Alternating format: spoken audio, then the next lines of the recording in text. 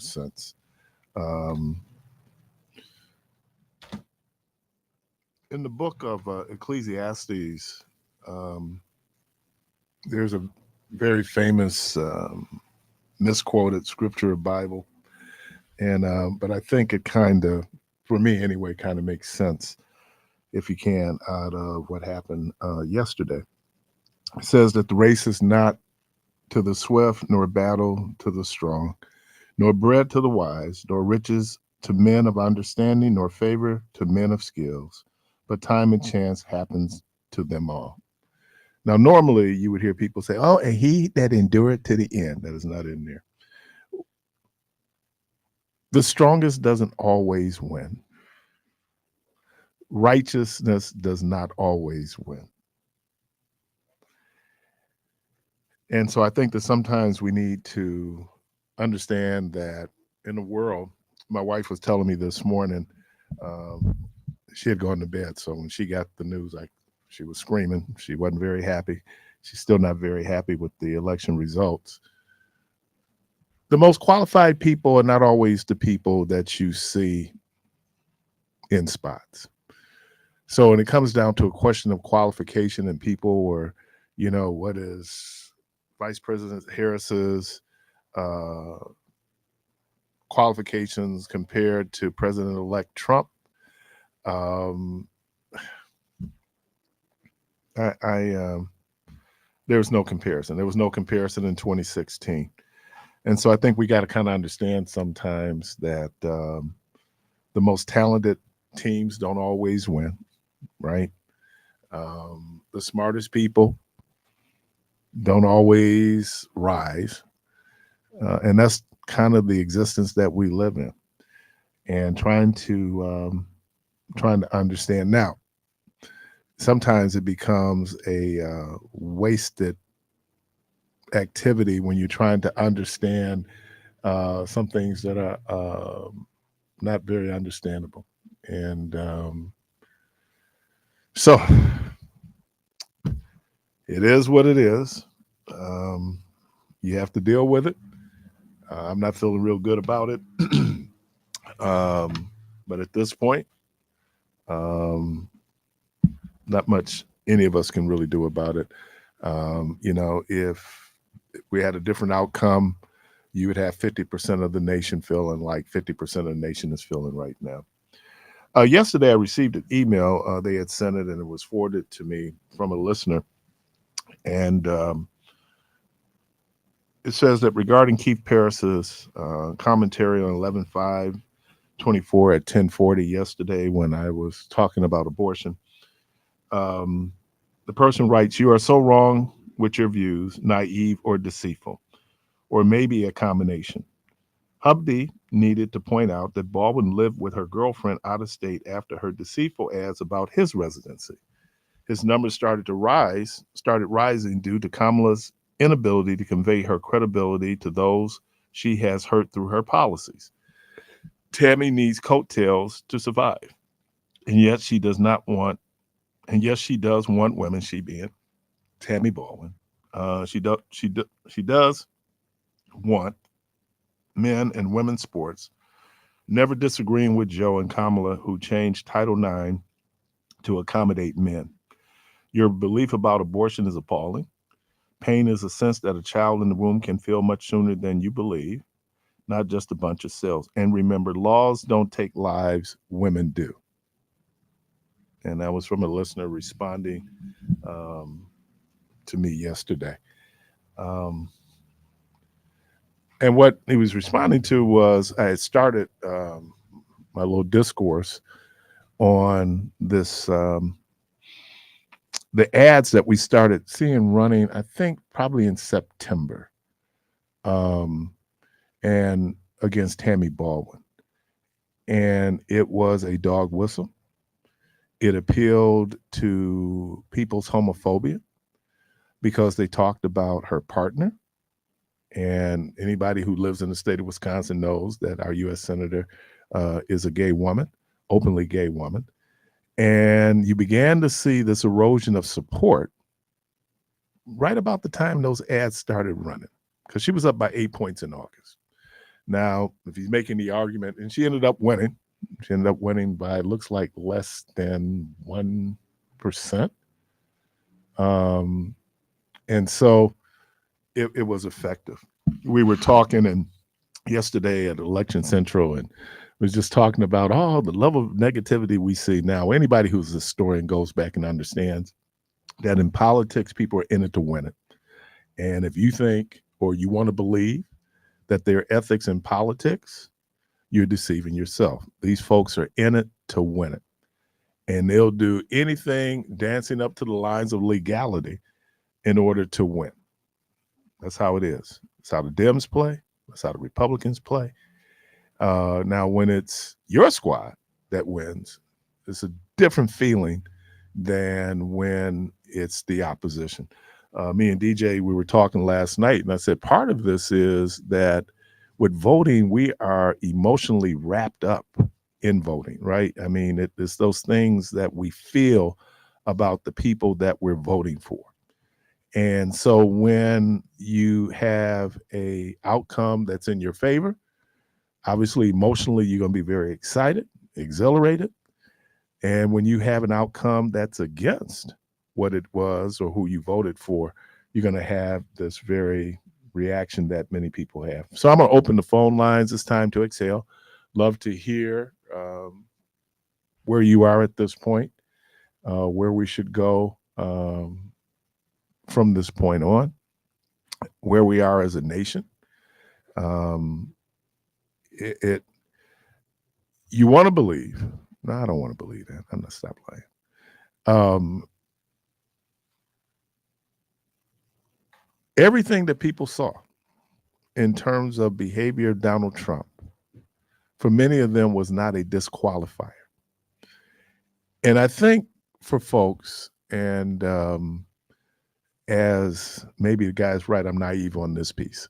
When it comes to this idea of where we are racially in this country, where we are around issues of gender in this country, we have not made much progress. Now, a lot of people, we elected a black man twice. Why is it so difficult to elect a woman? Whether she's a white woman, whether she's a woman of African and Asian descent. And so that's kind of where we are. And I know that those people are listening. Race and gender had a lot to do with maybe how people moved and where they are.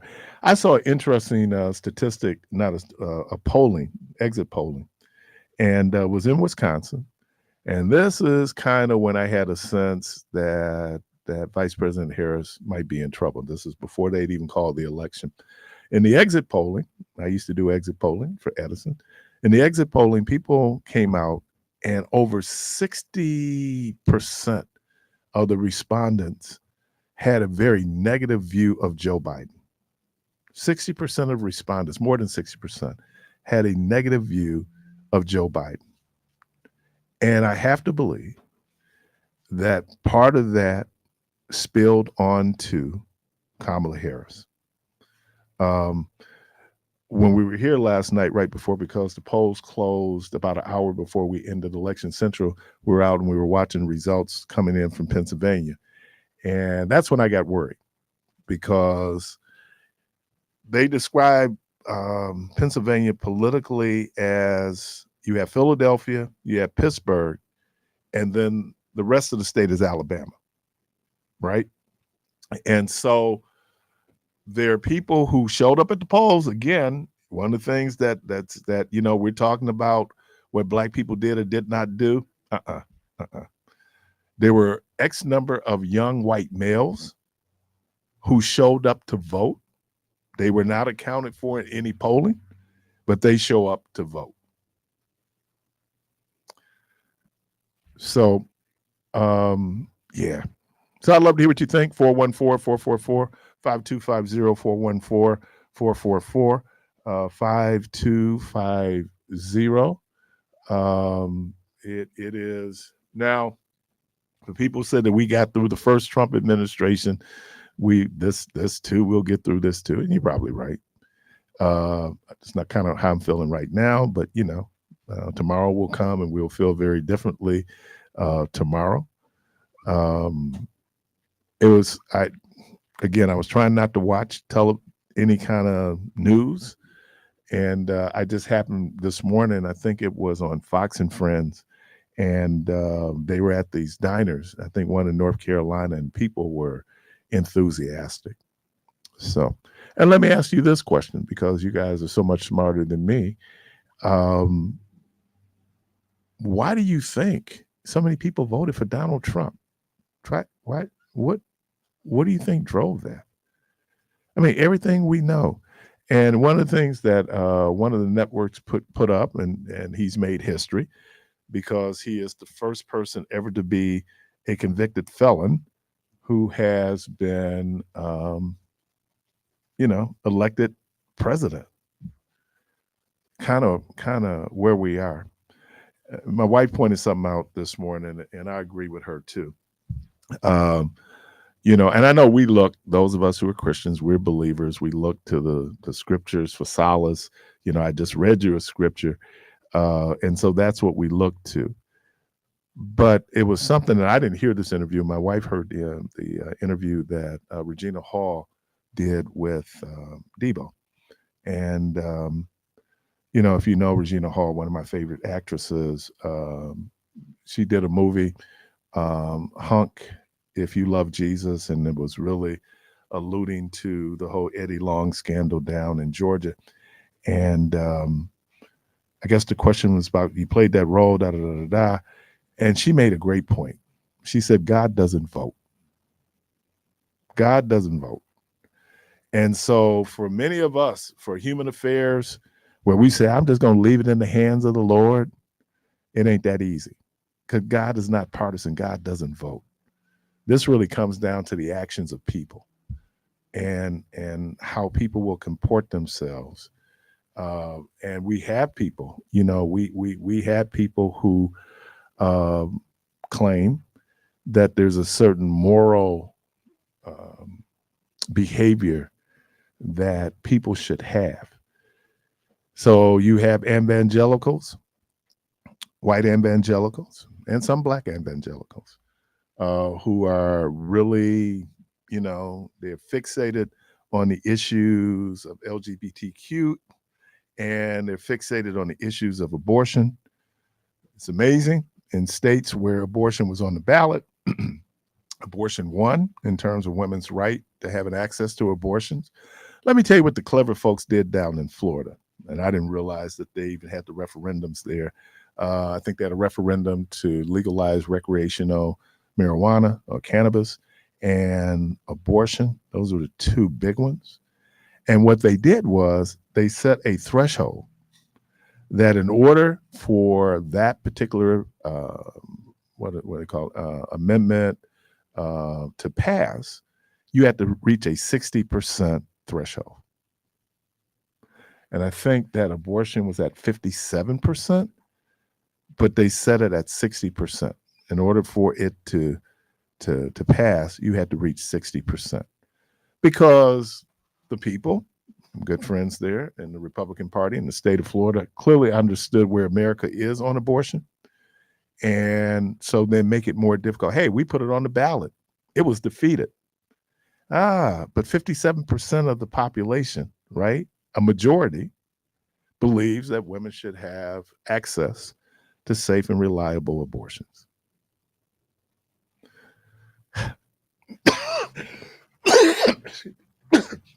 Excuse me.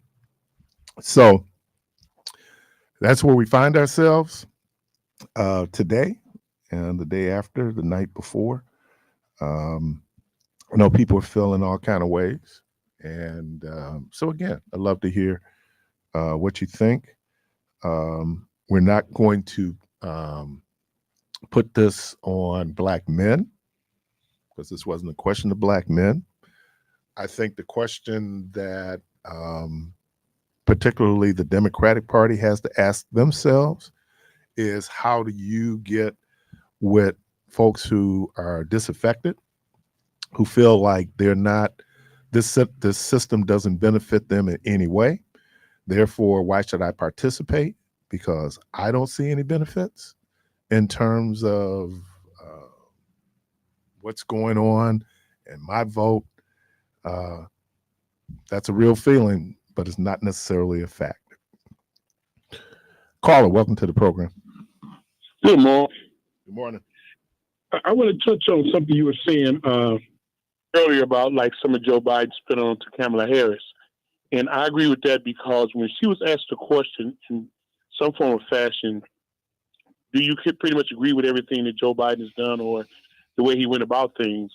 I think the way to answer that question would have been, no, I don't agree with everything he's done, but I'm not going to discuss those things, which would, I think, and then show the people that, okay, that you just wasn't riding on the coattails of Joe Biden. I think that kind of hurt her as well. Yeah, it was hard, and she was in a real tough situation. How do I distance myself from him? And there's a significant number of people. I saw someone on Facebook this morning who was bemoaning the fact that they had replaced Joe Biden. I agree. I don't. It does have an impact. I mean, it had impact when the last vice president to win a presidential election was 1988. That would have been the first Bush, right? Yes. Mm-hmm. But he still had baggage from Ronald Reagan, right? Because Yes. of Iran-Contra. So it does. The act as if it wouldn't have any spillover. It does. But when I saw that number, that was such a big number. And I'm thinking, wow, this is explaining some things because people's perceptions are their reality, right? That's right. Amen. You know, it may not be based in fact. It's just my perception. If the economy is getting better, and by all estimation, by all analysis, the economy has gotten better. We didn't go into a recession, and they had predicted a recession. But if people are going and they're seeing that the price of eggs are high, right? They're not looking at it that the economy is getting better because for them, it's still tough. That's right. That's right. You know, I think one more thing, and I'll say this in closing, is that even when they were talking, you know, when they call her the border czar, right? Mm-hmm. I think one thing that hurt her as well is that when you decide to run for election, you took one time to go visit the border, which is something you should have done ahead of time, I believe, you know, before all this came out. Well, she wasn't the border czar. Well, yeah, no, when people label you, they, you know how they go. People go, they run with, you know, what to say, you know.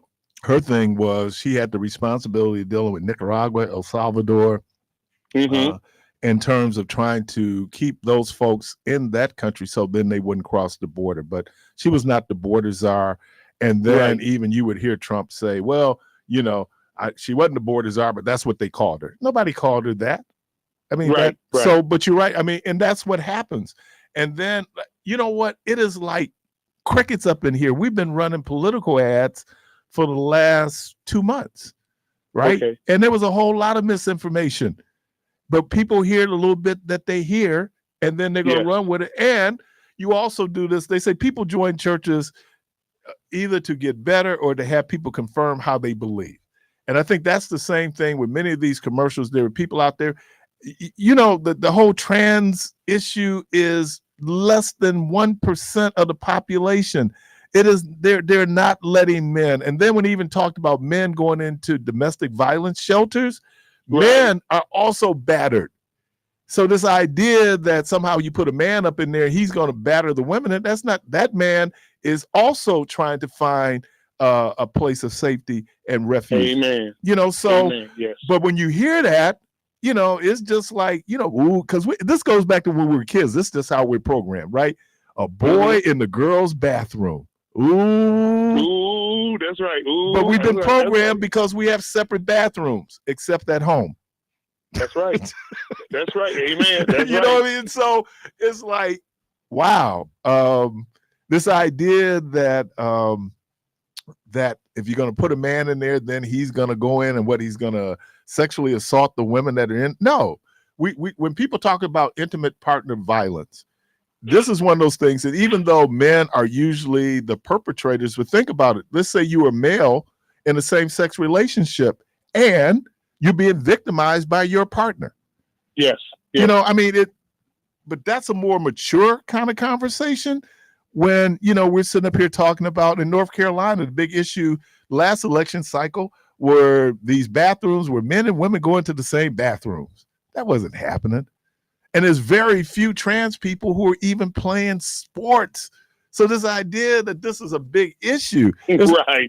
You know, when I was talking to Will and Gerard yesterday, and they were talking about the referendum, right, on changing the language. I said, is there any municipality in the state of Wisconsin that allows illegal folks to vote? They go, no.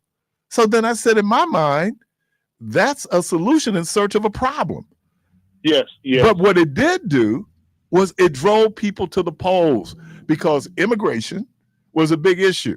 And so when you get up and think that, oh, we got this issue where we got all these non Americans voting in elections. No, election fraud is done by Americans. That's right. You know, you're right. It's I'm sorry. a lot of stuff out there. You're right. It's really, really interesting. I hope though, just to say, you know, when you sum it all up, it's all interesting at the end of the day. And like I heard back was pretty much against the wall. And I think too, you know, another thing that, you know, truth be told, some of the sisters feel like, well, you're really not black or you're really not a sister because you went out and married a white man. You know, we say the things we say, man, and believe the things we believe, as you say, you know. But again, what drove this, it wasn't so much how black people were reacting and responding to Kamala Harris. It was how young white males were responding and reacting to Donald Trump. Young white males. Yes. I can guess. Right. So that was the group of people. When you look at that number, and then you still have the internalized voter suppression, where you have people say it don't matter, I'm not going to vote. Right. They don't see that as a civic responsibility or a civic duty. Right. And I understand that. Depending on where you are, I feel like I got skin in the game. So because I have skin in the game, I'm going to be participating. I'm looking out for my interest, right? That's right. But if you have people out there who don't feel like they have any skin in the game, well, and again, show me how it helped me. Show me how it helped. Right. It comes down to that dozen of eggs that you said earlier. Right. That's right. Right. So, yeah, to act as if, and then let's say Joe Biden didn't have the meltdown. Joe Biden was the Joe Biden of 2020. He would have beat Donald Trump. Yes. I believe that. Yes. Yeah. The thing was how disastrous that debate was. And then all of a sudden we got two old white men, but it just so happens that the Democrat, this old white man, looked like he couldn't function. So why do we trust the? Yes. And here's the other thing. God forbid, we don't know if Donald Trump is going to be able to finish that term. That's right. That's true. I mean, he won't he be the oldest person elected president? You know, so that means we're looking at J.D. Vance. And I had a conversation with, and she's from Ohio, Yvette Nicole Brown. She's an actress, and we had this conversation. And she took me to a place that I hadn't even thought about. She began to talk about the Heritage Foundation. And she was talking about how J.D. Vance has been groomed, right? Mm-hmm. Because, you know, we don't know. We don't know if this dude, Trump, is going to be able to finish that term. So, yeah, man. Hey, Byron. Yeah, well, like I said, at the end of the day, for most of us, I say this in closing, I think one of the most important things would be, like you said, a dozen of eggs and the price of gas for the most part. Oh, people vote their economic interest. Isn't that we were just when James Carville, when he was talking to Bill Clinton, he said, you know, it's the economy, stupid. So when you think about it, for people, that's what. But then I'm not gonna give people a pass. Oh, there was a lot of racism and misogynism going on here too. Yes, amen. You know, so it is what it is, man. Thanks a lot. Thanks for taking my call. All right, I appreciate you, man. Have a great day now. Yep. 414-444-5250, 414-444-5250. The Dems also lost control of the Senate. Be very interesting to see, and I know she'll do the right thing when they certify.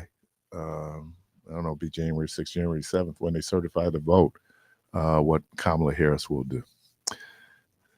Caller, welcome to the program.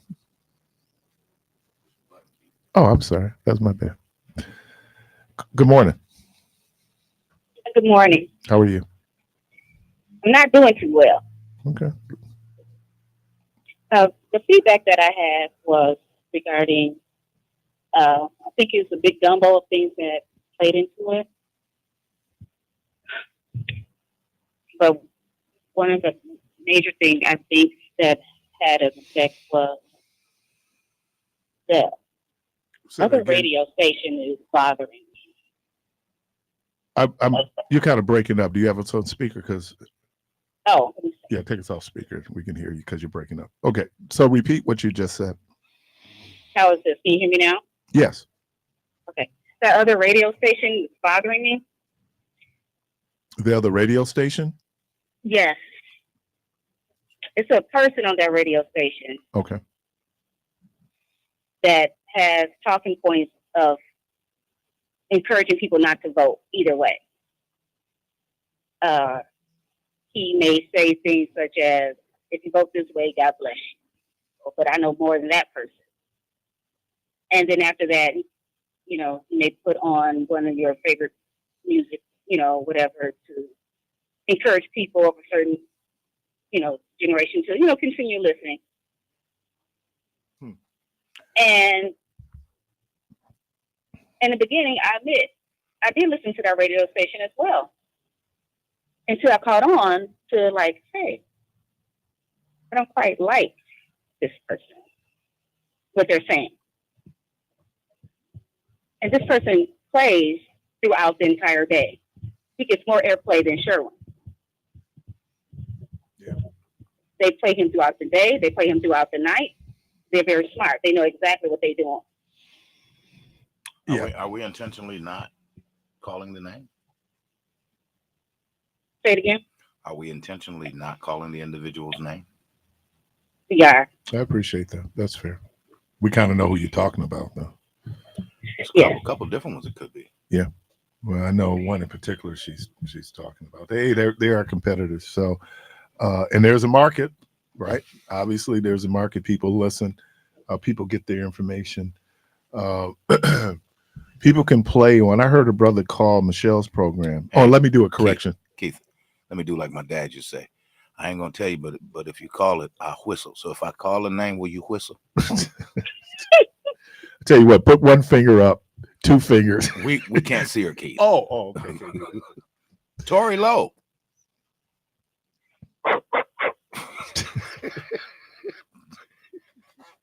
We got it. The only person I've ever gotten an argument with on air. I mean, that it wasn't one like a strong conversation. Yeah, I look. Michelle was right on, and we were looking at the numbers as they were coming in, and we're trying to see, was Kamala Harris performing at the same level as Joe Biden in 2020? And she would be near it, but it'd be 2 points here less than Joe Biden, 3 points here less than Joe Biden. You begin to add all that up, right? The aggregate, and you will find that it was just enough. Mm-hmm. Yeah, like if Joe Biden won a county and it was 69%, she's winning the county at 65%. Right. So, it was a lot. It was a lot. And that doesn't help. No. And when you have somebody that gives talking points that's encouraging people to persuade them to go a certain way or not to vote at all, and they're already on the fence. Yeah. Well, but let's be fair. For some here at this station, we were trying to get people to vote a certain way, right? So let's. I mean that now it just so happens. You got to admit we've always said, vote your interests. Right. Never said don't vote. Right. Never said don't vote for Trump. Just said vote your interests. You want whatever your matters are. But we're partisan. I mean, we are, but we're yet non-partisan. Be a voice. I mean, it that's something. Yeah, but those are non-partisan shows. Really? They cannot pick a party one way or the other because of their 501c3 status. Okay. Okay.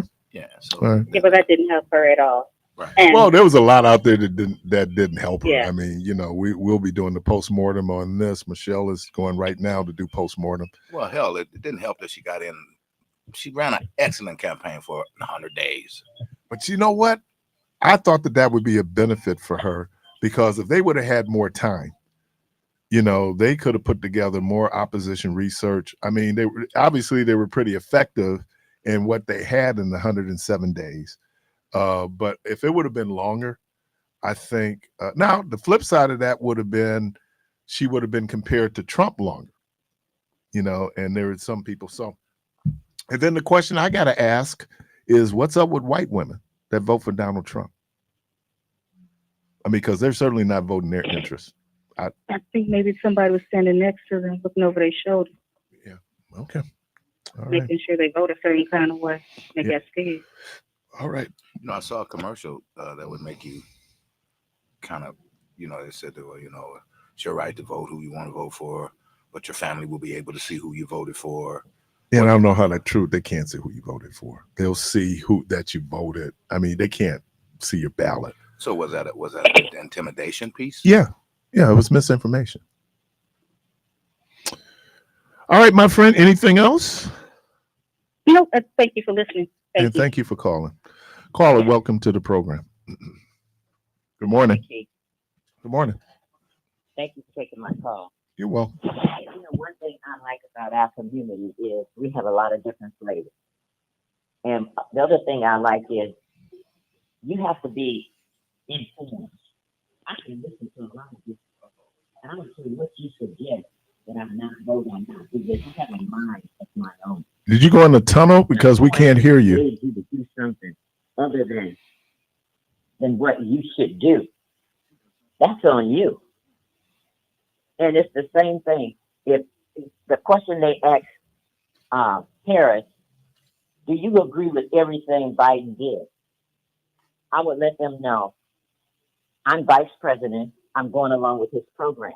Now that I'm running for president, yes, there's some things that I was going to do different. And I would have had that discussion with Biden to let him know I'm going to be talking about what it is I want to do. I don't want them to think I'm a carbon copy here. I'm stepping out on my own.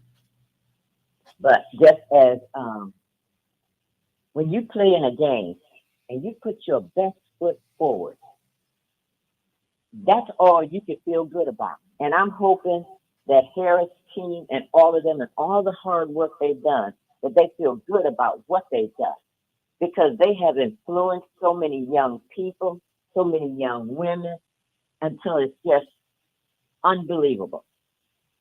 But what they're not thinking of is long term. The damage that Trump is going to do, it's going to take decades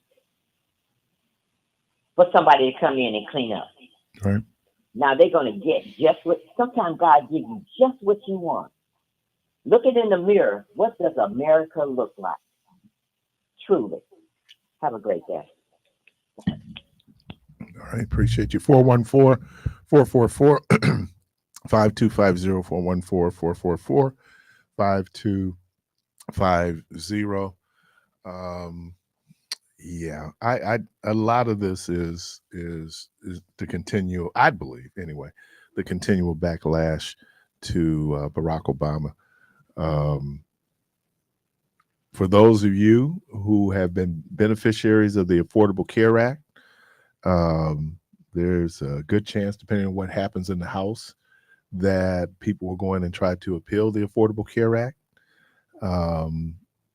They're in where they have a president who will sign it.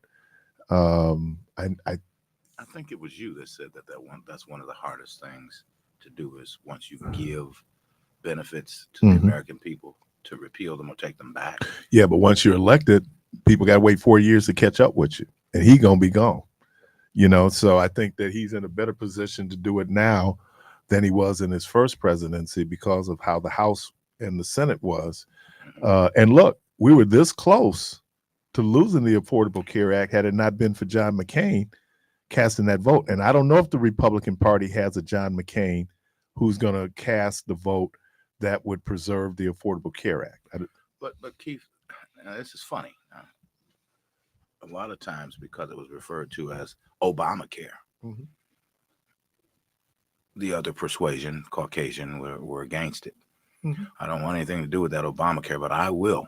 I like The Affordable Care, yeah. ACA. I'll take that, Mm-hmm. not knowing that they're one and the same. Right. Well, and early on when that legislation was passed, Obama's aides kept saying, "Stop calling it Obamacare." Right. Obama said, "No, I'm going to embrace it." As a matter of fact, now when he was on the campaign stuff, he was talking about, "Yeah, I call it Obamacare," because that was one of the impetuses of the Tea Party, right? And so, yeah, you can call it that. We call it ACA now. And look, you're right. Americans have benefited so much from the Affordable Care Act, but again, we have evidence out there that people will vote against their interest, right? Yeah. So, and let me ask this. And again, my neighborhood, but let's say I'm in Washington County, I'm in Ozaukee County, I'm in Waukesha County. How many people, if they were supportive of Kamala Harris, might be able to have that conversation with neighbors in that particular environment? Where if they stood up, that people, because we know in this environment, people who stood up for Donald Trump, who would call, most of the people here would jump all on him. Maybe that same thing might have been happening out in Waukesha and Ozaukee in Washington County, the Wows, where, there's no way that this man should be president. And, but at the same time, there's peer pressure. This is where my neighbors are, where you have people, and they have where they've gone. And I saw a sign in Wauwatosa, a Harris Wall sign that someone had spray painted. Now, again, this was on a block full of Harris Walls. Campaign, like the lawn signs. It's a tough one, man. I mean, and I don't know. I don't know if I feel the same way I felt in 2020. Maybe I am feeling the same way I felt in 2020. It wasn't. But again, if you have an up, you're going to have a down. And I wish that everyone who ran for president and who won would be Barack Obama. But that's not the reality. And if the laws of opposites are true, then for every action, there's an equal and opposite reaction. If you have good, you're going to have evil. Evil does win, as much as we don't like to think of that, but evil does win, just like good can win. Evil is working hard to win. Good has to work as hard, or maybe even harder, right? Because it's a lot easier for us to take the road of least resistance. And if this is where everybody is going, then I'm just going to kind of go along with that. Or he does represent what I think and what I feel. And there are Black people who have issues with immigrants. They have issues with immigrants. And again, your perception becomes your reality. It's going to be very interesting to see what the immigration policy will look like under Donald Trump. Because one of the things, and this is where you see with the border states, they don't like the illegal crossings allegedly, but they certainly like the labor. They like the cheap labor that's coming across the border. And our economy is based on certain segments of our economy is based on cheap labor. Yeah. Okay. Farming, with picking of the fruits and things of that nature. Right. You will certainly see an increase in pricing in some of those areas when they start to deporting and right, because you don't have anybody to pick it. It's going to rot. Mm-hmm. And then the federal government is then going to go in and bail them out, right? Because when farmers have these catastrophic losses, then the government feels now it's time to be socialistic, and that then we will go in and we will invest.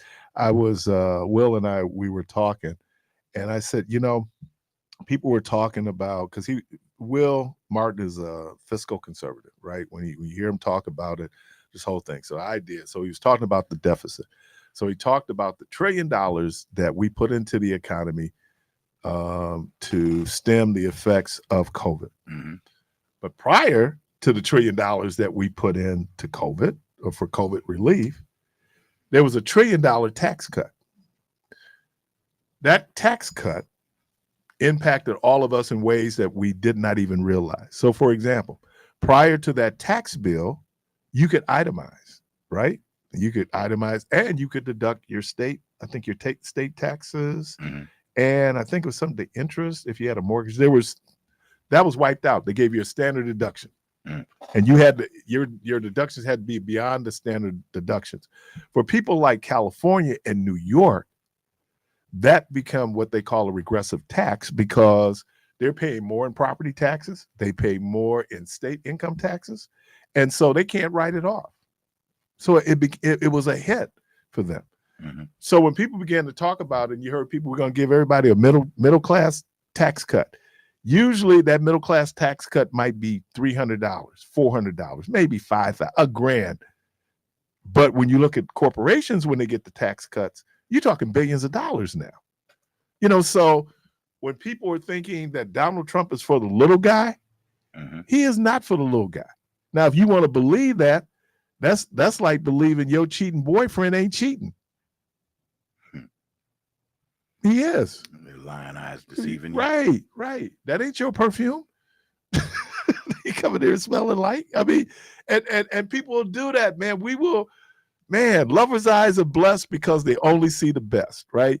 And so when people, we can get so blinded by our emotions and our affections, then we kind of suspend good judgment, right? Because if we just put down and didn't put a face on the two candidates and just said based on behavior, what you do with the records, blah, blah, blah, blah, who would you vote for? You might have a different outcome. Keep telling me why. Is there no laws in place against just outright lies? Oh, come on, man. You're going to take all the fun out of life. No. I mean, political. I mean, it's amazing some of the things that are unfounded. Yeah. That they can just throw out there. Well, it's not quite a lie. I think it's the word you use, prevarication. Okay. It is, where you it's kind of true, but it really ain't true. You might believe this. Right. It sounds true. So, for me, it's like that the negative connotation that a person gets when you hear czar. Yeah. That word was intentionally put out there. And why does the effect? Why does that resonate in Black communities when you hear czar? Because we had a drug czar. And what did the drug czar do? It basically administered the draconian drug laws that was put on the books. Mm-hmm. And so when I hear czar, or, if you're really a historian, you think about the czars of Russia, mm-hmm. who were very oppressive to their people. So when you hear like this person is a czar, people might have a different, how we react is Wednesday. How we react and respond to words are real important. Yeah. And that's why certain words were chosen. Of course. When you're looking at the marketing people, they did a tremendous job. Oh, they did it. They did that one commercial where the guy is putting his makeup on in the prison, and I mean just all of that whole piece. And I think that was a Tammy Baldwin. Mm-hmm. Which is amazing that she came through. Barely. Yeah. I said, she was up 8 points. There's no way Eric Hubby should have been as competitive he was in normal situations. He probably, let's say they never decided to run those particular attack acts, he would have got killed. Yeah. Now, I don't know and how much. You made mention of this yesterday, that in her previous 2 campaigns that she has ran or something to that effect, you spoke to how her sexual orientation, what have you, never was even mentioned. Never mentioned. But go ahead. No. But I do remember when she first ran mm-hmm. she was still in Congress, she's running for Senate. And Gwen Moore had a breakfast of faith leaders mm-hmm. because, she's trying to get people to support her, but she knew for certain faith leaders, her sexual orientation was going to be a problem. And I ended up having an hour conversation with a very prominent bishop afterwards, and we were going back and forth on that. And he was saying that, well, I know where my people are, right? I know where I am and where I'm moving on this, but for some of my congregants, they haven't moved to that point yet. There's a lot of your congregants that live that life. Let's just keep it real. Sorry about that. I didn't mean to put that out there. No, like but that, but that's real. Yeah, that's when real. You get through talking. Yeah, when it and I think all of it that could be your choir director, your music director. Now I know I'm going down this slippery slope, but that's just keeping it real. Yeah, because I don't know that the church. There's supposed to be the separation of church and state and all of this stuff like that. But I mean, I think that sometimes we put too much into that. Yeah, those lines are blurred. Yeah. I mean, that's putting it kindly. Yeah. That whole separation piece was something that's not in the Constitution. I think that's in the Federalist Papers. Mm-hmm. In the Constitution, it says that what Congress will basically not establish a national religion. Mm-hmm. That the separation and the benefit for church folks in terms of separation of church and state. For example, same-sex marriage. One of the things that many religious groups were putting out was that if you legalize marriage, then I'm obligated to marry them.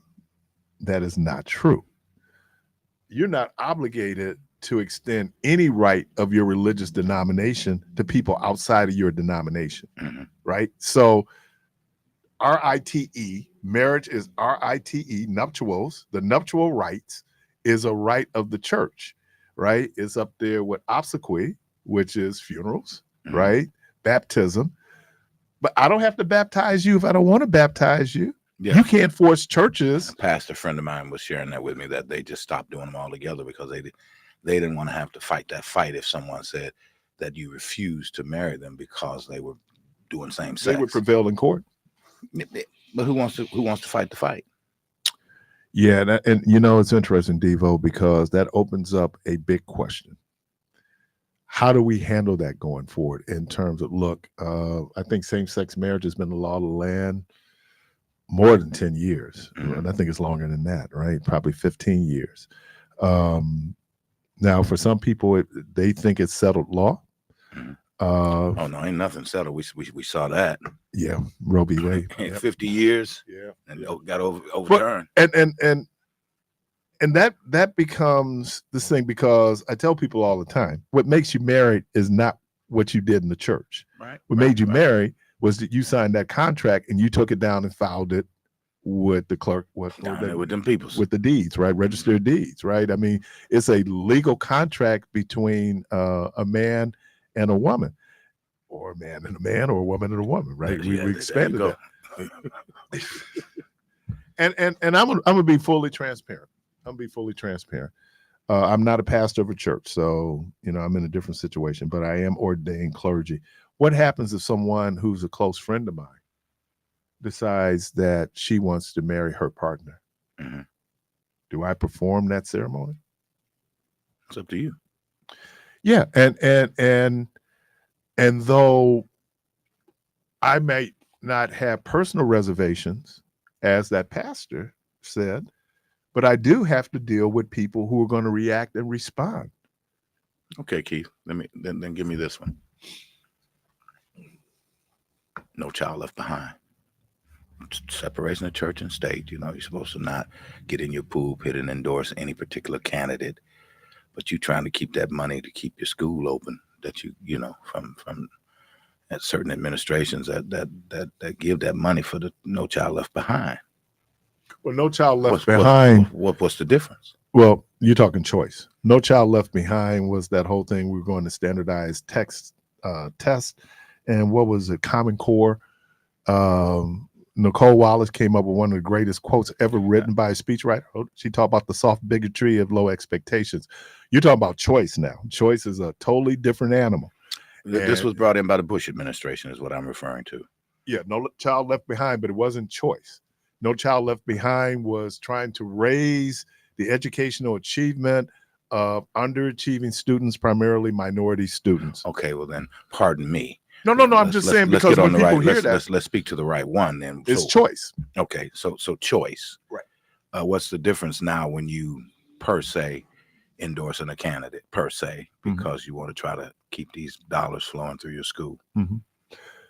Well, I think that I caution any clergy, regardless of religious affiliation, to be very careful how you get into partisan politics. Now, if that's how your bread is buttered, this is everyone, then I might be supportive of this particular candidate. Project 2025, though, put people in a real precarious situation because one of the biggest tenets, and someone pointed out to me who was a Republican, one of the tenets that really survived was the abolishment of the Department of Education and the expansion of choice, right? There are people who might have choice dollars coming in their schools, but had a problem with everything else that was in Project 2025, right? So, and again, I'm using this word, I'm overusing it today, full transparency. I was opposed to it from the very beginning. I do not believe we take public dollars to support private K through 12 education. What it did was, we're dealing with all these issues right now in terms of empty school buildings. If we do the math, it's those 30,000 plus students who are no longer part of MPS, right? And people go, well, it's in this certain zip code. Well, look at the number. Go in and look at the number of students in that zip code who might be in a choice school. I don't know. I haven't done the numbers, but that might be something people need to look at. 414-444-5250, 414-444-5250. The phone line's open. We're talking about the day after the night before. I'd love to hear what you think. Let's exhale together. We're on the couch. We'll be right back.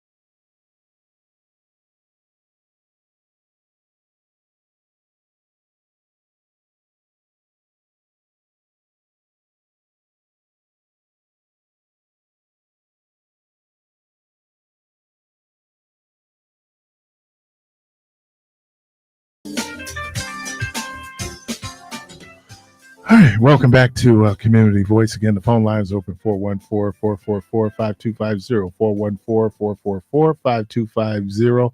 I see old Dewey Strobel lost. Oh, I love Dewey, man. We didn't have no clue to who Dewey Strobel was, but they put a whole lot of money in that race. And I saw that, I think it's going to come up that he ended up losing. All right, got a phone call here, bro. Caller, welcome to the program. You hung up. Hmm. Okay, here's another one. Caller, welcome to the program. Oh, no. Good morning. Good morning, Keith. How are you? I woke up this morning Oh, and it's I Dorothy. feel like they don't unleash the devil on us. This ain't Dorothy. Is that Dorothy? No, that ain't none of Yeah. Dorothy. Yeah, it's Dorothy. It's Dorothy. You sound different, Dorothy. You got us on Yeah. speaker or something? Huh? No, Did I you think, got us on speaker? I think she's just too much from last night. No, I just woke up this morning and I feel terrible. There you go. We don't know what's coming or what's going, and our kids gonna realize right now that you can do anything, and be president. Yeah, unless you're a black woman of Asian descent or a white woman who's very qualified. Other than that, anybody else could be president. Or a black woman married to a white man. To a white man. Right, but they have to realize too that most of the black men got white women. Uh-oh. Huh? No, Dorothy, that's not true. Nobody ever touched on that. Huh?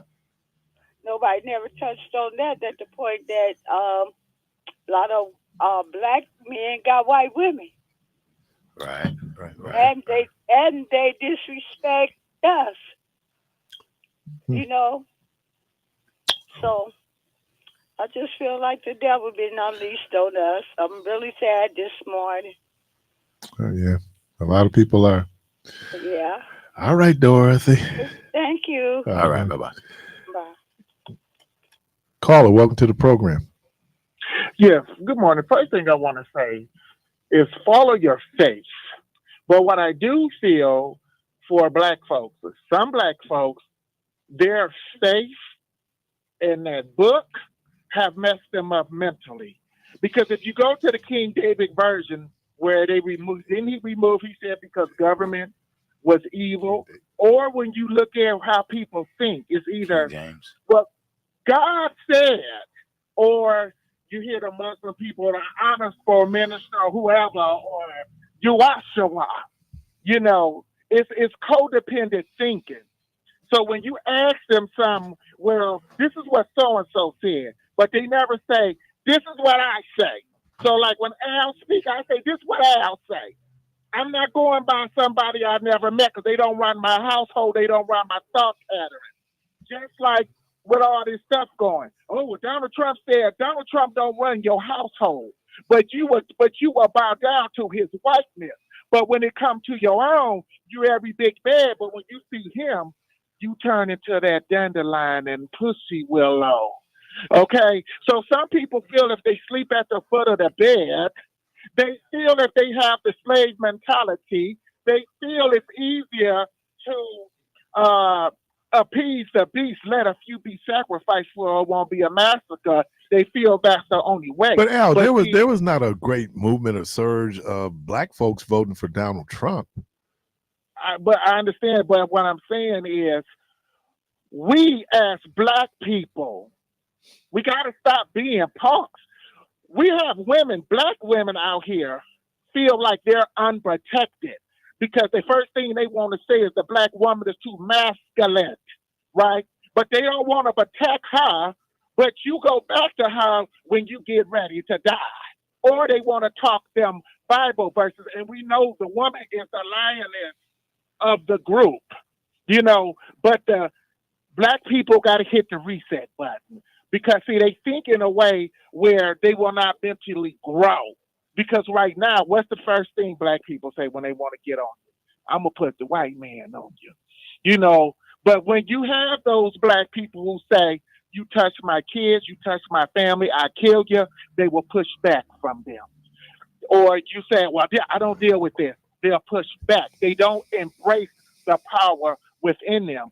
So that's why I say sometimes when it comes to that book and Washington and the honors of minister and Jesus Christ, it mess up their mindset because it's codependent thinking, not independent thinking. When black people hear powerful black people, they say, I'm gonna tell you what I say. Not Farrakhan, not God, not Caesar Bujaya, the 12 disciples, none of that. They say what I say, and those kind of people, they always push back. So you're gonna see all of it now, but see how many of them big and bad when it comes to their own, and they'll bring all kind of hell. But then when it comes to that funny orange looking man, they play the bigger person. So you're right. Church should be eliminated. And see, I don't mess with the Bible. I still follow your faith. I don't mess with the Bible because I'm not going to think like somebody I never met because they ain't did nothing for anybody on earth. Yeah, and that is fact.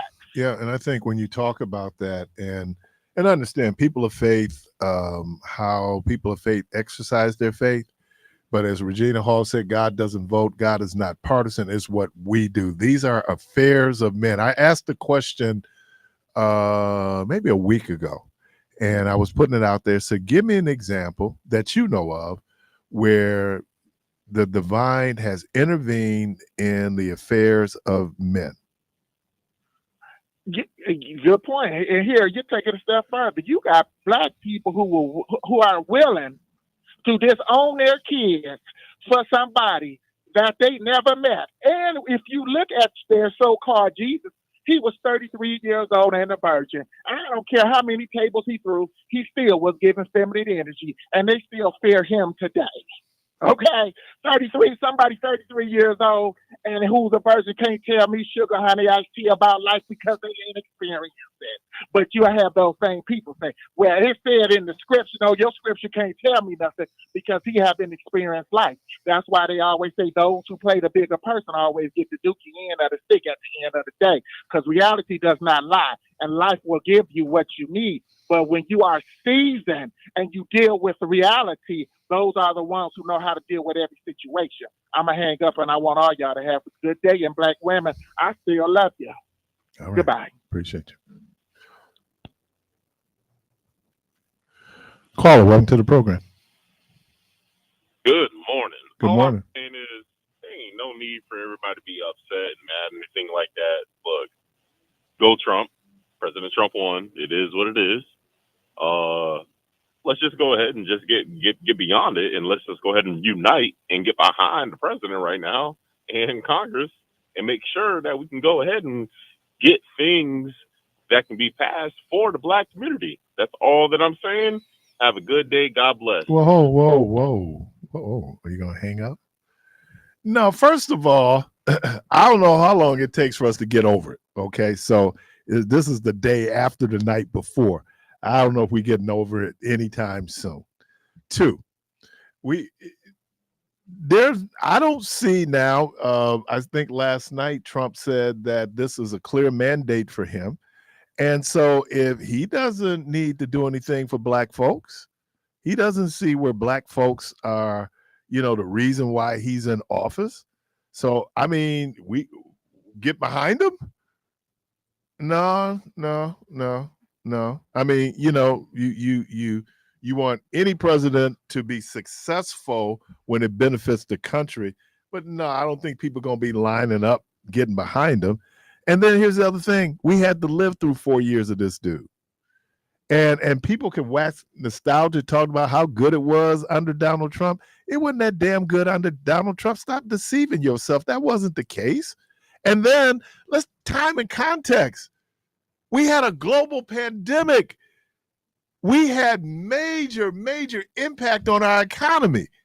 This dude had no clue to how to handle that. So thank God that Joe Biden won in 2020, because man, God only knows where we would have been. We lost 1 million people to COVID, and a lot of people are saying half those people did not have to die.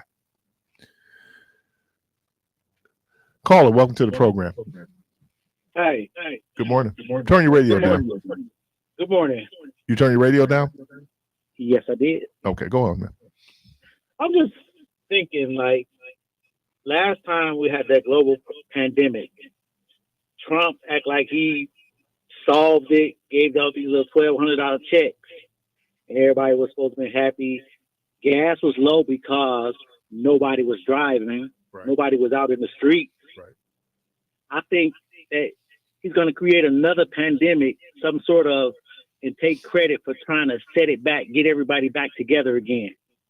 And it's going to be messed up. But we That's what I weren't believe. even united on COVID, because you had all the deniers out there who were, oh, we need to keep doing business like we do. Mask mandates. Can't tell us that we shouldn't assemble. And then some of the very people pushing back on it, like you had preachers, who were pushing back on it, and their congregations are getting sick. Dude, it was a public health issue. It wasn't anybody trying to infringe on your rights to exercise your religion. It had everything to do with public health. And so I agree with you, man. It's like you would think. Now, we've had moments in this country where you could kind of go like, yeah, we kind of on the same page. 9/11 comes to mind, right? But COVID wasn't one of those moments. It really wasn't. And I hope to God it's not another one that's happening that he's going to be behind it and, I can fix this. No. Yeah. And no. Inflation. I can fix it. How you going to fix it, dog? Tell me how you going to fix it. He think he can fix the world. Yeah. How do you do that? And then there's people up there like, that's a concept. Can you give us a little bit more of a plan? They don't require a plan. They wanted a whole white paper on every position, a white paper being this very definitive, exhaustive piece of work on everything that Kamala Harris proposed. So you already got a double standard, right? He can get up and say, I have a concept, and then people going, where's her plan? Where's his plan? Also, remember the last time when he was supposed to get out of office and he said the election was rigged and cheated? He said, I shouldn't have left. I should have stayed in. He's trying to stay in forever now. Watch. Oh, was this the safest election we ever had because he won? Not safe. No, I'm saying, is he going to come out talking about how the system was rigged? He won. Right. He can't say that this time. No, he won. But here's the other thing, and you gotta, let's just keep it on the facts. This is the first time he's ever won the popular vote. Yes, true. He lost the popular vote by 3 million votes to Hillary Clinton, 7 million votes to Joe Biden. He won the popular vote by 5 million against Kamala Harris. There's some things that are so embedded. One last thing on that. I think people didn't vote for Kamala Harris because, one, she was black and she was a woman. If they didn't vote for a woman the first time, which was Hillary Clinton, nowhere in the world they was going to vote for a black woman this time. Yeah. And you know what? That's probably a sad reality. And Hillary Clinton is very qualified to do her job through history. It's the known. most qualified person ever to run for president. It's known. No, even more than Kamala. She did more than Kamala. Yeah. If she couldn't get in, no way a black woman was going to get in. Secretary of State. Yeah. I mean, and I'm just saying that they both were very qualified and certainly more qualified than Donald Trump. Everybody's more qualified than him. Well, we're going to run you next cycle. All right, man. Appreciate you. That's all. All right, man. Caller, welcome to the program. Good morning. Take my guy. I said all along, I would not be shocked at anything that happened in this election. And I also said that miss and kiss, make it sensibly simple and keep it sensibly simple. It's what the Republicans did. They ran their simple last lies over and over and over again, and the public embraced that. And we got what we got. And I hope we can do a little better this time than last time. Y'all have a good one. Hey, man, appreciate you. Yeah, I mean, wow. all I can say is wow, because That's all you can say.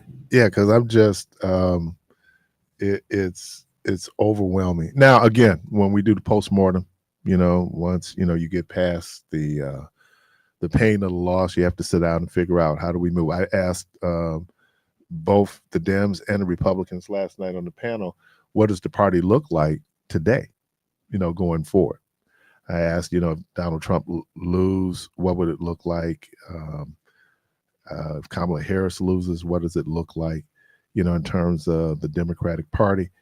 I don't know. I mean, hopefully this is not the case where the Democratic Party has kind of peaked in terms of its appeal, or how does the Democratic Party expand its appeal?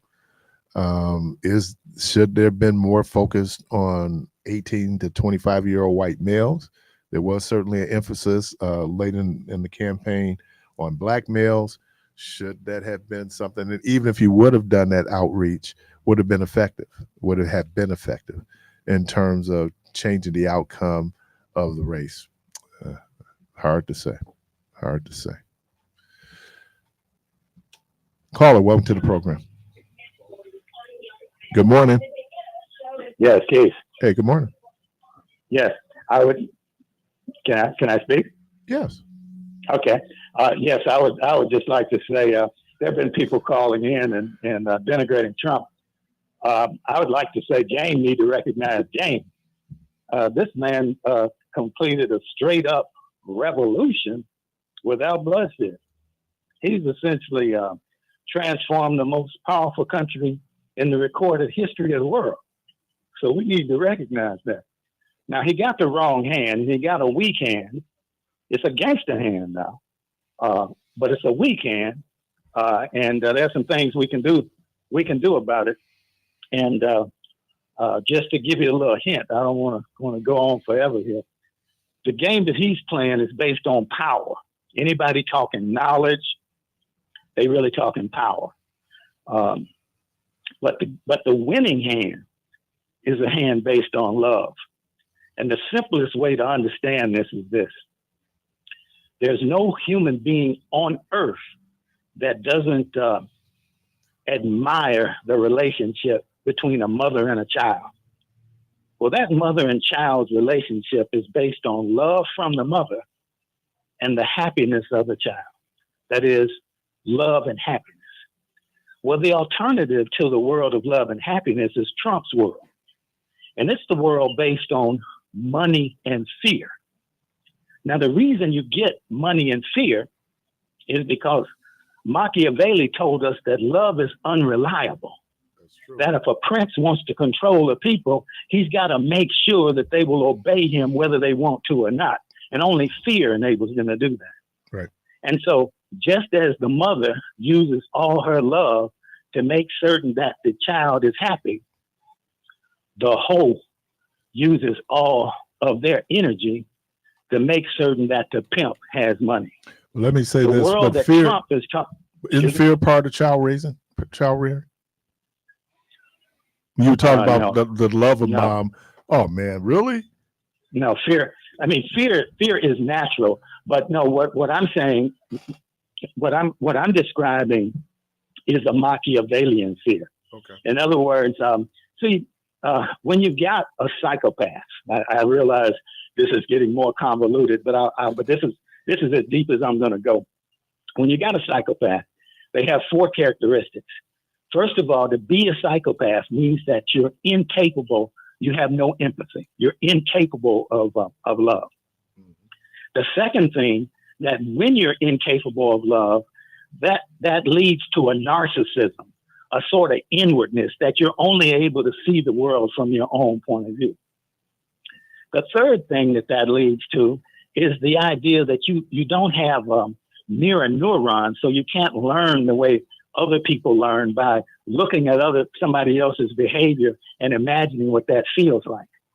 So as a pimp, that is somebody who's a psychopath and a narcissist, you learn through sadism. You learn through the imposition of pain on other people. And finally, just like a newborn baby is incapable of doing anything by themselves, and they use the pain of a cry to cause a mother to take action, to intervene, to fix their needs.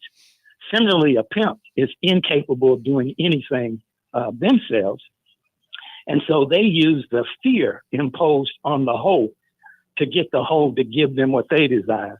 And in the case of Trump, that's money. So what I'm telling you, this is the weekend, but these gangsters have been playing this for, I don't know, you can certainly go back to Alexander the Great, and read about Suetonius and all of those people. But that's a weekend, and we can outplay it. So. But here's the fear, and is the amount of damage that could be done, right? In either 2 years or 4 years. We do have the midterms coming up. Normally, incumbent president, but the serving president at the time was going to lose seats in the House. So we'll see if that still continues. I think that there is enough anger that people have in terms of maybe 50% of the population, the people who didn't vote for Donald Trump, who they're going to try to exercise that in some way. But I appreciate you describing him, because that's an excellent description. By the way, the game that Trump is playing, in fact, he even said that when he said you won't have to vote anymore. So the game he's playing was called one man, one vote, one time. And we already got that one vote. So the notion that there are going to be any kind of norms and procedures and all of that, this ideal of absolute immunity, which the Supreme Court gave him, gives him the ability to, he can do whatever Putin does. But we need to understand something, just to give you an example, and I wish I could be more, I'm not prepared on this.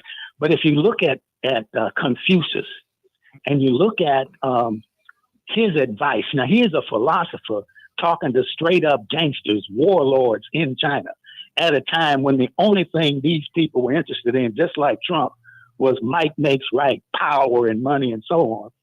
Confucius was able to convince these gangsters that there was a better hand. Well, similarly, that's the same hand we got. And by the way, just to give you a hint as to how to do it, just look at what Tom Sawyer did. Tom Sawyer is being punished by his aunt to paint a fence. His friends are getting ready to go fishing, and they're making a whole lot of noise coming down the street, telling him that, want him to know that they getting ready to do something that he ain't doing. He acts like he doesn't even notice that they're coming down the street, and they wonder, well, why is it that Tom didn't notice us? And why is it that when he did notice us and notice that we were going fishing, how come he didn't have that look like he was missing something? Well, that intrigued them. And Tom used that to tell them about the importance of what it was that he was doing. And as a result, he was able to show them that what he was doing was way more important than going fishing.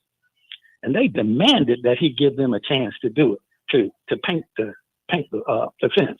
And so he said, okay, I'll hold your fishing pole for you. Now, we don't have to, use deception or duplicity the way that Tom Sawyer did, because love and happiness is the best hand. But the point is that what goes on right now when people have these Maseratis and all this nonsense stuff that human beings don't need, what makes them think they have something that's valuable is because you act like it's valuable. But if people stop acting like things they don't need were valuable, these shirts with monograms on it and all this kind of nonsense. Human beings only need 4,000 calories of energy a day. Well, what'll happen is them gangsters will have to back up. So that's how it went in hand, and I can go on and on and on. If you got a question, I'll answer. No, I appreciate that, man. No, I think I love the description of what did you call him? He said he was a pimp. No, before right, the pimp, said, psychopath, right? Right. No, I said a pimp has 4 characteristics, and in psychology they call these the dark tetrad. TETRAD. I remember I used to hear this back in the day on the streets. Like you say, you got to have a heart of a pimp, right? That means you don't care. You don't care. Well, now we'll see if you go and you look at Iceberg Slim. According to I don't know. According to the story, he got shot. Bullet went through his hat, and they said he had ice in his veins because he continued to drink the drink that he was drinking. But let's understand that what black people do, what black men do, that ain't pimping. That ain't what I'm talking about. No, what I'm talking about is what the Romans did when they conquered whole. You're talking about exploitation. For generations, right? That's what I'm talking about. Right. That's what putting the pimping down is. This kind of thing you doing with a girlfriend or doing with some that's called entertainment. That's what Cotton, what is it? The Harlem was all about. They were entertaining people. Pimping is this thing that you do for generations and whatnot. You do with whole cultures and whole nations and whatnot. And I'm saying that we can deconstruct that because it turns out that even from the point of the pimp, in fact, generally, the people who give the critique of Trump, they'll talk about this is a hollow man, that this is a man who, you've heard the expression, knows the price of everything, but don't know the value of nothing. Well, the reason you don't know the value of anything is you can't feel. That's where values are coming from. And just to give you just a little story on that, if you remember the psychologist, Antonio Damasio, they did a study which showed, by the way, Asperger's syndrome, that's what Elon Musk brags that he has. So any of these people with these super digital, mechanical kinds of brains, that's what that is. They have an aberration. Well, this fellow Damasio did a study, and in the study, he had two groups of people. One group had a brain abnormality, so they were unable to experience emotion. That's the situation of the psychopath. The other group, was just normal. And what they did is that they had some cards that they were playing. And after a certain number of plays of the cards, they would ask them, did they understand the game? And it turns out that the people that had the brain abnormality, their amygdala had been cut so that they were not able to function. They reported immediately that they understood the game. The people who had nothing wrong with their brain, it took them about 80 plays. It took them 50 plays before they said they understood the game. And it took them 80 plays before they started taking advantage of their understanding. But in the case of the people that had the brain abnormality, the psychopaths, even though they understood the game after 10 plays, they never were able to take the advantage of their information, because calculating is one thing. It's one thing for me to look at a number and say that's 10 and look at another number and say that's 15 and then add them up and say the whole thing is 25. But to evaluate that number means that you got to apply emotion to that. You have to say what that means to you. And the problem with psychopaths is they have a hole where their heart is, so nothing can have meaning. That's the reason they want stuff that's ostentatious, because they want the gleam in your eye to tell them that what they got is valuable. That's why Trump wants gold this and gold that, because he wants you to tell him that what he got is valuable, because he has no way of knowing himself. We can fix him, but the problem is that we live in a society that wants to go where no man has gone before. In order to go where no man has gone before, you need somebody who's willing to break the norms of society. The only people who do that are psychopaths. That's why the incidence of psychopathy in a regular population is about 1 in 1,000. But the incidence of psychopathy in the military, in banking, in sales, in these aggressive professions are 4 times that, because they need people who are prepared to break them. In any case. Appreciate you, man. All right. I hit a lick. All right. Okay. You're listening to Community Voice. The phone lines are open. 414-444-5250. 414-444-5250. We're going to take a quick break. We'll be right back.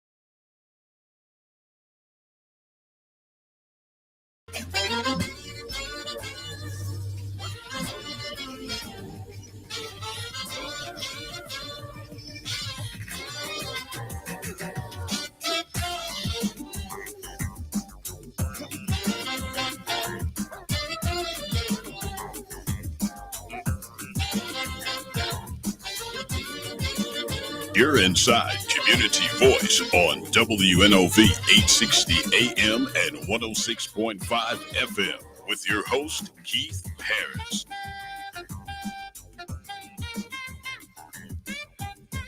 All right, welcome back to Community Voice, and the phone lines are open 414-444-5250, 414-444-5250. Yeah, there's no question to there was a documentary out there called Unfit that they did on Donald Trump. But you know what? To be elected president, all you have to do is be a U.S. citizen, a natural born U.S. citizen, and be over the age of 35. I mean, everything else, obviously, you can be a convicted felon and you can be elected president. Well, only in America, where you're able to do this, because we shouldn't say if it was, but the reality, a lot of us know that if it was, it might be different. Caller, welcome to the program. Good morning. Good morning. Good. How are you? Pretty well. Yeah, unfit is the proper phrase, but I guess the people and citizens of this country is showing the world what we're not made of. And we're not made of any of the things that, we go around promoting when we're trying to create quote unquote democracy around the world based on what we just did, because I don't think you can get a job pushing a broom with 34 felonies in Wisconsin, at least, right? Right. But we just made this man the most powerful man in the world. Well, not we, but those who looked at the more qualified candidate and ignored a person who said he's never going to leave office.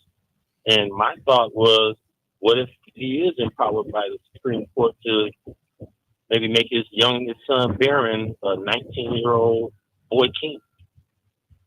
If democracy, yesterday we were just talking about the possibility of the end of democracy, right?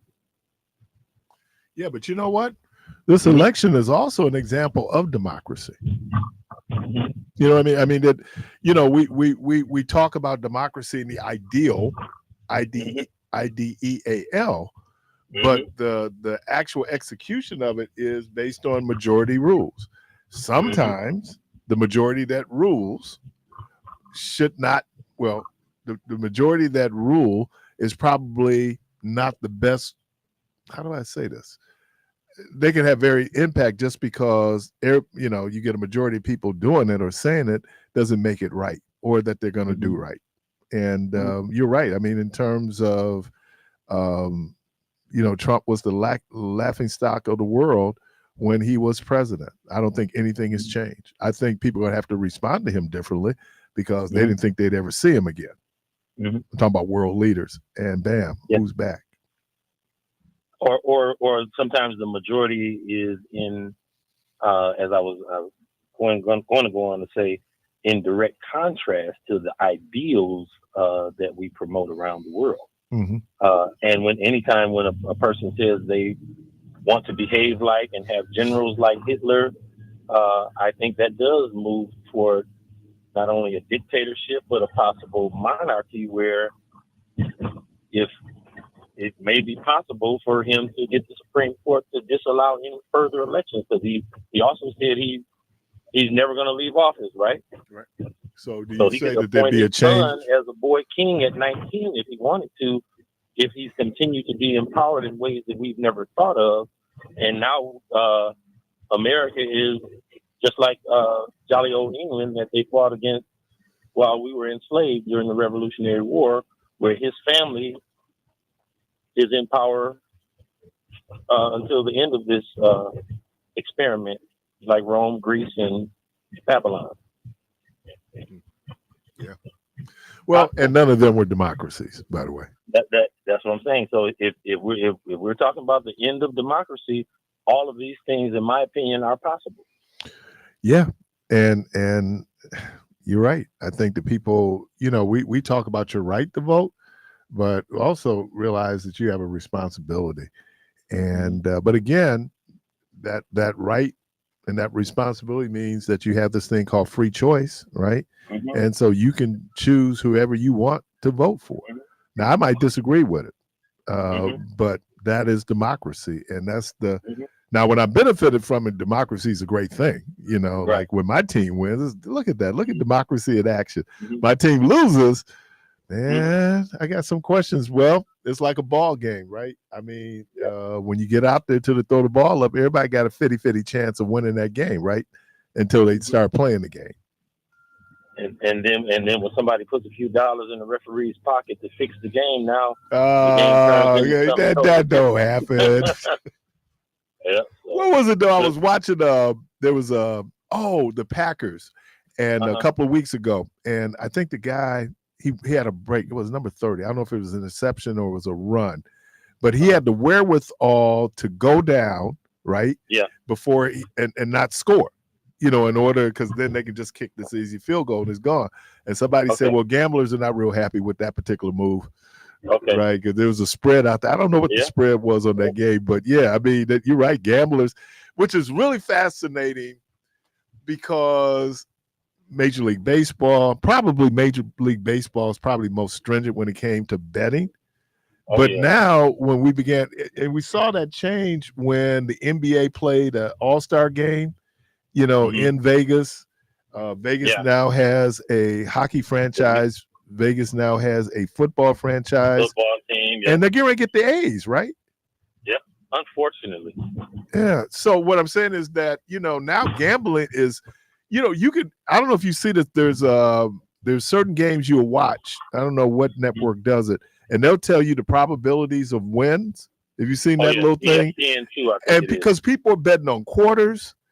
Right. I mean, it's almost the like amount of rebounds that Giannis is going to have. Right. And, I mean, we bet on everything. Yeah. It's People like, do you do making a lot of money. Do you do the squares? Y'all know somebody made a lot of money yesterday on the election. Oh yeah, I know they did. Yeah. Because there was betting on the election. Oh yeah, but they've been doing that in England, you know, before we really saw gambling become so widespread in America. But in England, you used to go back in the day and you would always hear what the bookies are taking the odds of who's going to win. So yeah, people bet on anything. You know, I'm not going to say that's a good or bad thing. I'm just saying that, you know, we get in the argument. Dude, I bet you $5. Oh, bet is the first thing that comes out. You got it. Right. We'll bet it.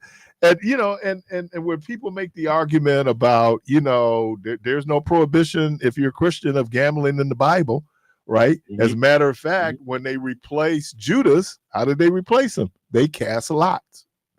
Yep. And so, and I went to Catholic college. Everything is done by lot. How you get your dorm room, right? When your exams are done, it's all done by lot. So you would think like, oh man, I got 4 exams on Monday and Tuesday, and then my last exam is on Friday. So I got 2 days. Everybody else off campus, right? I got 2 days because based on luck, chance, I'm doing Fridays. But I think you're right in terms of how we look at it. But like I said, democracy, man, is an ideal. And how it's executed sometimes does not always live up to the ideal. And I think it's effective. You know, I mean, majority rules, you know, theoretically that makes sense. Again, unless you're not part of the majority that won. You might begin to look at democracy a little bit differently now because, you know, in your mind, it didn't work for you. But we're not going to win every game. Nope. And sometimes, even though you perform very well as she did it, so I want to make sure I say that as well. Right. She ran, especially based on the amount of time she had, she ran a brilliant campaign. She stayed on. She was disciplined. She stayed on point. It was the whole thing. But again, I started the program off reading that passage of scripture from Ecclesiastes. You can be the smartest, but that doesn't mean you're going to win. You can be the fastest. That don't mean you're going to win, right? And then it talks about time and chance, was talking about death, but that's what happens. How many times you saw where someone was such a big favorite and got killed right? Yeah. Yeah. Like now, Villanova versus Georgetown, Villanova. 1984. Oh, there you go. There you go. North Carolina State and Houston. We can go on, but you see that more in college than you do in the pros. Usually in the pros, the best teams win. You know, the most talented team. Yeah, you have an exception, but usually that's the case. But you see it more in amateur sports where, you know, you can what was the movie Any Given Sunday, Any Given Saturday. So you're right, man. But this idea that just because I'm the fastest, you know, there's a, it's like you play ball, you know, basketball on the playground? I played baseball, a lot of basketball. Right. And there was some dudes. I graduated in the Beckham Stapleton All-Star. Okay. All right. Because there was some dudes who, when we were on the playground, those dudes can't miss. But they still on the playground. And there's somebody in the league with less talent than them. Someone was talking about. Tony Smith comes to mind. Who? Tony Smith comes to mind. And I was going to say Mike Wilkes. Yeah. Mike Wilkes. You know, because in the NBA, and I know I have Kwaku here, but in the NBA, your talent is one thing, but do you show up on time? Right? Are you showing up for meetings? Right? All those things, little things that people think like it ain't that important. Well, ask Romeo Dobbs. You're gonna miss a couple of practices. You're not gonna be playing. And you might not. Yeah, you might not play at all. Right. And because being a pro is more than what you do on the field. One thing I want to say in closing. I mentioned you, but come on. Yes, sir. God's plan is always different than man's plan. You think God is partisan? I got to think about that one. But what I was going to say is God a Dem? Is God a Republican? What is it? I got to think about that one. Neither. Even though Donald Trump may look all powerful today, I got a text from my mom that was very encouraging today. There's man's plan and there's God's plan, and we never know what God has planned for him. And a lot of times when you put a lot of evil in the universe, things don't bode well for you. I've seen that a lot of times. And so God bless Vice President Harris and everybody who supported her. And I just hope our community just stays diligent in the things that we need to do. And shouts out to my dad, Dr. Scott. All right, man. Appreciate you. And thank you for the insight. No, I had mentioned you, man, because we were just talking about what makes you a pro. A lot of times is not. I heard you say Mike Wilkes too, and I didn't know if you knew that I knew him. So Mike is my right. Little No, guy. but he's a great example. Yeah, what real talent will do combined with hard work. He didn't fit the prototypical body of an NBA pro, but because of his determination, his hard work, and he was super, super intelligent, super likable, and showed up on time. He did, but he was a benefit to the locker room. Right. And you get some guys, sometimes they say, how is he on the team? How is he in the league? And it's not what they do on the court, but what they bring to practice as it relates to energy, what they bring into the locker room, to the study sessions, what they give the leaders, especially the young leaders, as far as advice. You'll often hear people say, who was the OG you had to bring you in? And that's why you're doing so successful still in the NBA now as a coach. And you used to hear this term, you never wanted on you as a player. Dude's a cancer. Great talent. Oh, yeah. Adrian Dantley, Hall of Famer. Nobody wanted to play with him. He was a cancer, right? Because it's more than just your talent. I tell the young players, as soon as your ability and your talent is outweighed by your problems, you become escapable. But if your talent outweighs your problems, somebody will find a way to put up with you. But as soon as that talent is not that great, you're going to see the door real quick. Vince Carter stayed in the league when he was averaging 8 points, right, because he was a glue guy. Right. Yeah, you the documentary they did on Rick James, and Barry Gordy's son was his manager. Rick James had hit it with that first album. He made $14 million, right? Well, now the cocaine is kicking in. So Rick James had lost his mind. So he go in and look for his money. He go in with the VP. And he gets up there. They said he took out his privates. He jumped up on he threw cocaine on the desk. I mean, he just acting a fool with my money, right? So he left the room. Barry Gordy's son is still in the room. The guy said, I got 2 words for you. Lionel Richie. Because prior to that, got to deal with this. Right. Because prior to that, Rick James kept Motown afloat. Yeah. It was Rick James and Stevie Wonder, right? And so, but you're right. Once you get to the point where your cancer outweighs your talent, you're expendable. You're expendable, man. But that whole thing, Bishop Oliphant uses this. uses the scripture. It says that your gifts will make places where you room for you in high places. He said, but it's your character that keeps you there. Yeah. How many people have gotten to the apex? And that was one of our things when we would do the draft. We would say, listen, we know you have the talent, and talent can win you a championship. But when you have talent plus character, that's when you win championships, because that's when you create that culture. And whenever you look at any team that's been dominant in any league, it's because they have a culture, and it usually mandates that you have high character along with that talent. I don't think Golden State is probably one of the best opportunities that you can look at it. Patriots. Hated the Patriots, but they have a culture, they have a standard. If you're going to come here, you're going to do A, B, and C. And even if you're talented, guess what? We'll move you because you're replaceable. And at that level, what you start to find out is, hey, unless you're like just a super supreme talent, you're expendable, you're replaceable. Because really, and they will.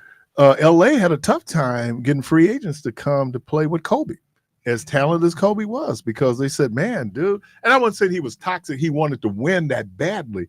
And for some folks, that was the same thing with Jordan, right? I mean, they to their own statements, they'll tell you they were a-holes. Oh, yeah. Because they had a drive to win that most people couldn't match. And if you didn't have that level of intensity, you couldn't be around them. So you had to have a certain mentality to be able to be on that team. And most people could do it for a while.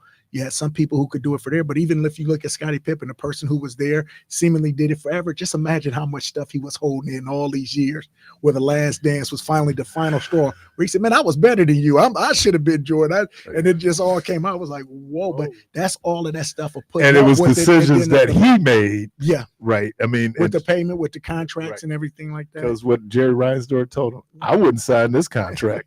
But he came from a real humble situation. Right. He had a guarantee to be able to do something positive. He just didn't recognize what was down the line, and he took what was in his hand instead of betting on himself. So you think there's a certain level of bitterness? 100%. But even Michael felt that way because he thought he had an 8-year, $26 million contract.